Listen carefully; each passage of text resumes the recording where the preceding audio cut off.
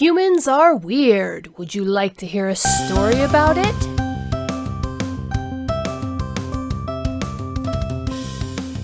Hello, my wonderful viewers, and welcome to this episode of 22 Days of October Oddity. As you may or may not know, our adorable little spider alien friend quilx'tch has a campaign going on over on Indiegogo to get his research into human weirdness published. That is, he is ready to present over 60,000 words of the finest weirdness humanity has to offer. The link is below the video, so click on over and take a look. Buy a book. Now, on with the story.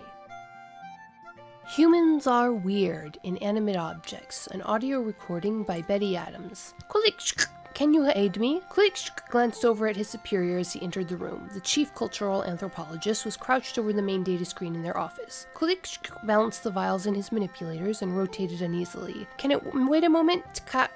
He replied. I need to place the sample from the hellbats in the refrigerator. Make sure you place them in the sample refrigerator.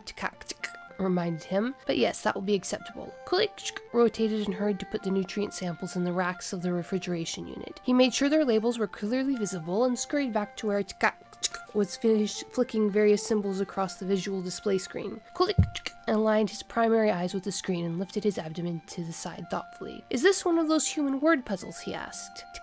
Let out a chitter of irritation and swept a primary manipulator across the control surface, realigning the letters in orderly rows the humans preferred. Betty, Quilx'tch read, a common derivative of a human name. Female, I believe. Yes, Quilx'tch said. I am aware of that. However, the base commander transport has no sex as far as I know. Quilx'tch let his secondary eyes take in the stress commander. Had he been getting sufficient nutrients lately? In lieu of a proper field medic, it was Quilx'tch's task to ensure the base crew maintained their health. Oh, Swarm, snapped his mandibles at Quilx'tch. Do stop thinking so loudly. I am fine. You know your inappropriate use of that term has the humans thinking we are telepathic, Quilx'tch reminded him. I take zero responsibility for what humans think, said. Now this, he waved at the offending female name. This is exactly why Mechanic Steve has named the command transport Betty. Quilx'tch felt his joints loosen with relief. Oh yes, they do that, he said. The transports that drop off the humans are in fact listed by their names rather than their identification numbers in the files for the foodstuffs. I am aware, Quilx'tch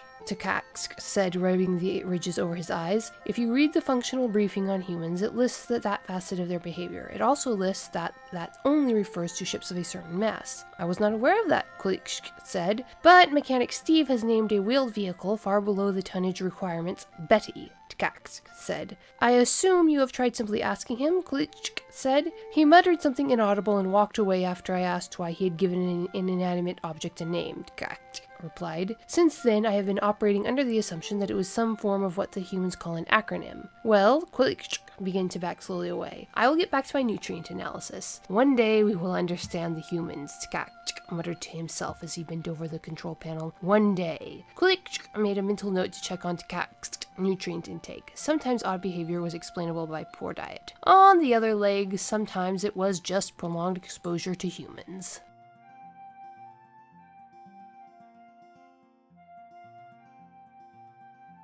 And that is our dose of daily weirdness for today. If you found that you like what you heard, wander on over to Indiegogo and purchase a copy of Humans Are Weird. I have the data. The link is below. If you don't want to purchase the book or find you can't at the moment, share this around if you think it's worth sharing. Hit up Facebook, Tumblr, whoever. Hit that like button, hit subscribe, and I will see you in the next chapter.